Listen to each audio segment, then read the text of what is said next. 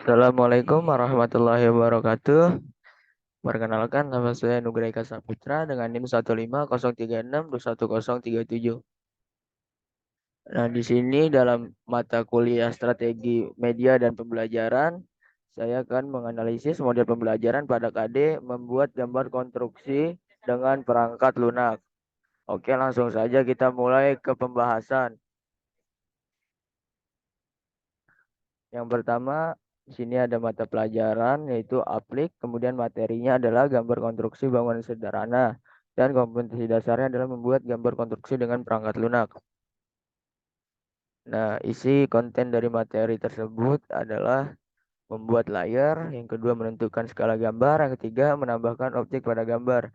Nah, yang pertama itu membuat layer. Jadi, isi kontennya itu guna menunjang dalam menggambar konstruksi bangunan. Yang pertama, peserta harus bisa membuat layar, yaitu garis-garis ketentuan sebelum masuk mulai menggambar. Yang kemudian yang kedua adalah menentukan skala gambar. Nah, skala gambar ini berguna untuk ukuran dari gambar tersebut sesuai dengan gambar tersebut denah atau potongan atau detail tampak. Yang kemudian yang ketiga ada menambahkan objek pada gambar. Nah, menambahkan objek pada gambar ini seperti ornamen seperti pintu, jendela, kasur, dan lain-lain agar memperjelas maksud dan tujuan dari gambar yang kita buat. Kemudian ada model pembelajaran.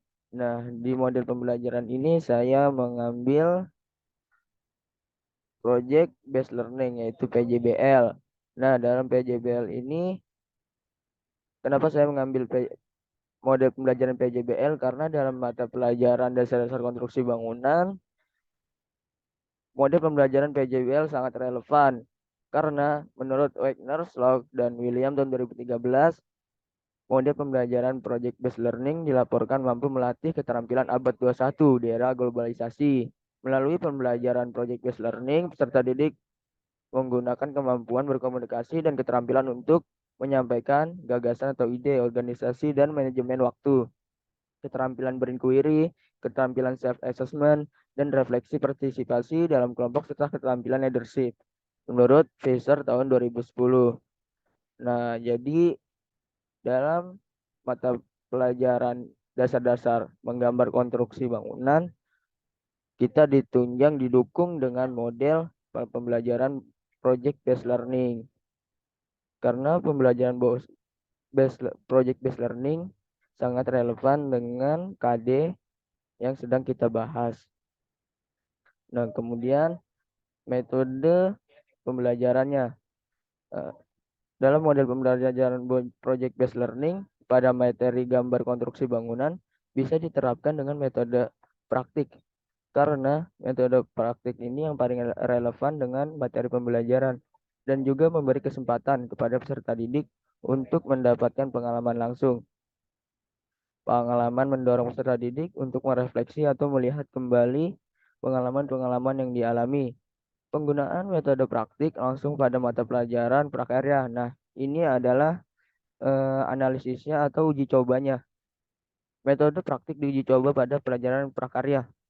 Materi budidaya tanaman obat dapat meningkatkan keterampilan siswa. Nah, metode praktik dapat meningkatkan keterampilan siswa. Nah, di sini juga dibuktikan dengan pencapaian hasil belajar siswa dari metode praktik pada mata pelajaran prakarya, yaitu siswa mengalami peningkatan mulai kondisi awal yang hanya mencapai nilai rata-rata keterampilan sebesar 70,63 pada siklus 1 sedikit meningkat tajam menjadi 78,96 dan pada siklus 2 kembali meningkat pada nilai mencapai 86,88 menurut Fatima 2020. Nah, jadi di sini dalam project based learning diuji coba kepada mata pelajaran prakarya. Nah, di sini siswa mengalami peningkatan yang begitu pesat yang awalnya dari 70,63 menjadi 86,88. Nah, di sini terbukti karena di sini terbukti bahwa metode praktik dapat meningkatkan belajar siswa dan juga membuat siswa menjadi antusias dalam proses pembelajaran. Nah, lalu ada metode tutorial. Selain metode praktik, metode tutorial juga bisa diterapkan dalam materi gambar konstruksi bangunan karena membantu peserta dalam memahami materi. Nah, seperti yang kita sudah tahu, metode tutorial sangat memudahkan kita karena metode tutorial kita dijelaskan setiap step per step atau langkah-langkahnya untuk menggambar sebuah bangunan mulai dari garisnya, menentukan skalanya, menentukan ukuran yang akan dibuat, menentukan kopnya. Nah, jadi tutorial ini sangat bermanfaat bagi peserta didik. Kelebihan metode tutorial yaitu mahasiswa memperoleh pelayanan pembelajaran secara individual sehingga permasalahan yang khusus dapat dilayani dengan yang khusus. Jadi di sini maksudnya adalah peserta didik mendapat pelayanan secara khusus. Jadi peserta didik dapat fokus dan juga dapat mengerti dengan cepat karena dijelaskan langkah setiap langkahnya. Kemudian yang kedua, mahasiswa dapat belajar dengan kecepatan yang sesuai dengan kemampuannya tanpa harus dipengaruhi oleh kecepatan belajar atau self-paced learning menurut Raja tahun 2015.